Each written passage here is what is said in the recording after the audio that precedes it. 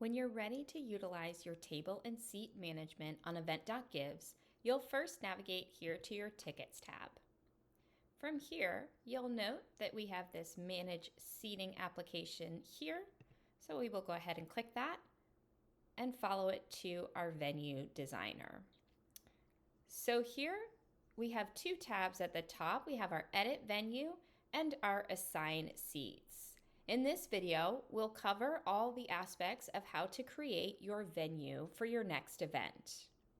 Here, you can note that we don't have any images, tables, objects in our venue designer. We have a blank canvas. To begin adding tables to our event, you'll hover over your plus sign here, and we can start by adding either round or square tables. So I will have round tables at my event, so I will go ahead and start by adding a table here. Our best practice is to go ahead and add your tables in first, as they will auto adjust the size to the number of seats that you have at that particular table. So I'm going to have tables of 8 at my event, so I will add on the right hand side here on my menu options additional seats until I get to 8 here. Now I could go back in and add additional tables this way, or you can also choose to duplicate that table here, and you can adjust the table names at any time. If I were to duplicate this, it will change the next table name and auto filter to table 2, 3, 4, and so on.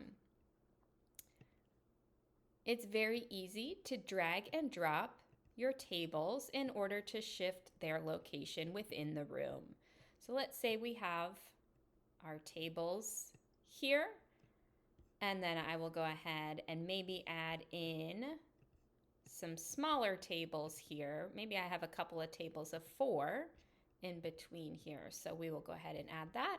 And again, I can utilize my duplication feature here and shift my tables as such. And then I'm ready to go in and add a few more larger tables of 8. And we'll shift those ones like so.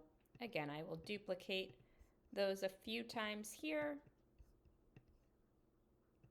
to make this a nice, quick, and easy process in order to view our venue designer. At any time, you can also change let's say this is my table here, and it's actually going to become a square table. I can always change those at any time or change it back as well. If I want to adjust any of the names, I can do so here by typing in maybe the name of the sponsor that will be at that table. So that one's going to be our Starbucks table. And this one could be our Event.Gives table. We do suggest assigning your tables first and then adjusting those names. But as you can see, once you've adjusted those, it's very easy to read in the room exactly who and what sponsors are at which tables. So I will actually change this back to table 2 for now, since we're still in that design process. Now, throughout your process of setting up your room, we do suggest always clicking your Save button up top here. That way you're consistently saving your work throughout the setup of your event. You can also utilize your zoom in and out buttons just to be able to have a broader perspective of what your setup looks like here. Or you can also fit all tables here. I will go ahead and zoom out just a little bit. Here we are. And next, I'm going to include my stage for my event. So again, hovering over that plus sign here, we would select an object here, and my stage is going to be a rectangular stage. And we will go ahead and change that label here. And again, I can drag and drop that stage wherever I'd like. And I can also adjust the size of that stage as well. Next, I'm going to include maybe a bar area. So I will shift that over here. Again, I can adjust that size like so. Very easy to use and manipulate that object. You'll also note that you can rotate your objects. So if that is going to be, let's say, in the corner of the room at the very top, I can adjust that like so and drag and drop that. And now I have my bar area here.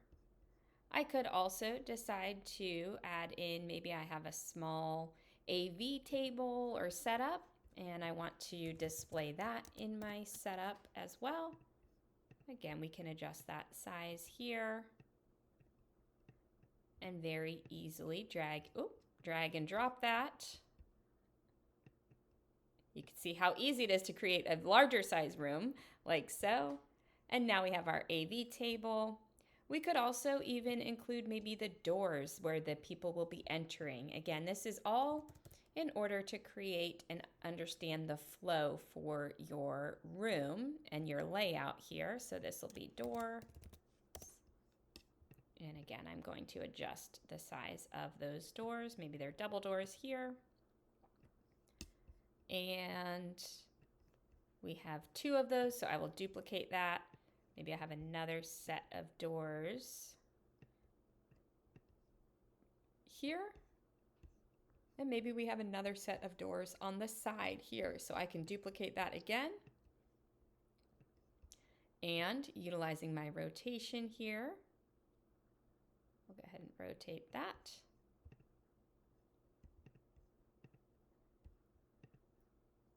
And here is my room design created on Event.Gives.